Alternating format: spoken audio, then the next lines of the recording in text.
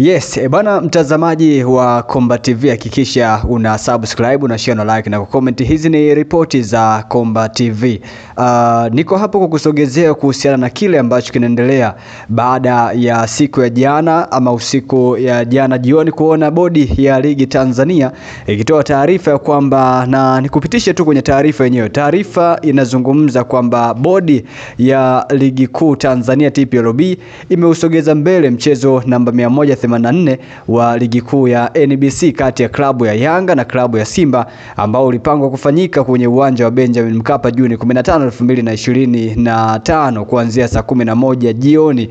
Mchezo huo sasa utafanyika Juni 25, 2025 kwenye uwanja wa Benjamin Mkapa. Muda ni huo huo. Baada ya taarifa ile ya kuahirisha kwa game hiyo ama kusogeza mbele game hiyo, tumeona pia taarifa kutokea TFF na wao wakisema kwamba mwenyekiti wa bodi ya ligi kuu Tanzania TPLB Steven Mguto amewasilisha barua ya kujiuzuru wadhifa huo. Katika hatua nyingine, rais wa shirikisho la mpira wa miguu Tanzania TFF Wallace Karia amemsimamisha kazi ofisa mtendaji mkuu wa TPLB Almasi Kasongo. Ni taarifa ambayo pia tuliona siku ya jana, na hiki ni moja kati ya kile ambacho wananchi Young Africans walikuwa wanakihitaji kwenye yale mambo manne ambayo kwa wanayahitaji kutokea kwa wananchi Young Africans. Tumeona Kasongo amesimama, lakini pia mwenyekiti wa bodi ya TPLB amejiudhuru. Kwa hiyo tunasubiri yale mengine ambayo bado hayajafanyika, tuone kama pengine yatafanyika au itakuwaje. Lakini ikumbukwe Simba nao pia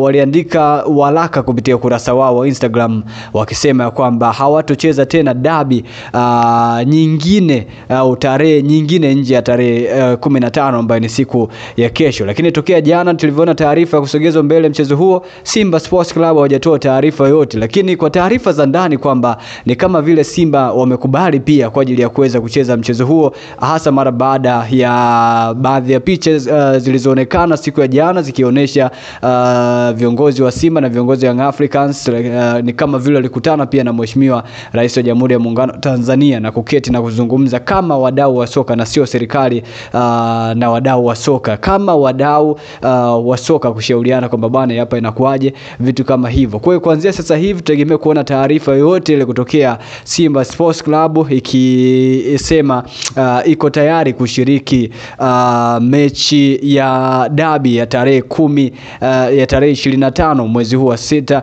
mwaka 2025. Hii maana yake nini? Pengine Young Africans wameshinda ama inakuaje? Weka komenti yako hapa, pia niambie wewe upande wako kwa namna ambavyo umeona maana yake ni nini hiki ambacho kinaendelea kwenye soka letu la Tanzania. Kama una comment pia iweke hapo, nasi pia tutapata nafasi ya kuweza kutazama maoni yako ambayo unakuwa umeandika. Hii ni Komba TV.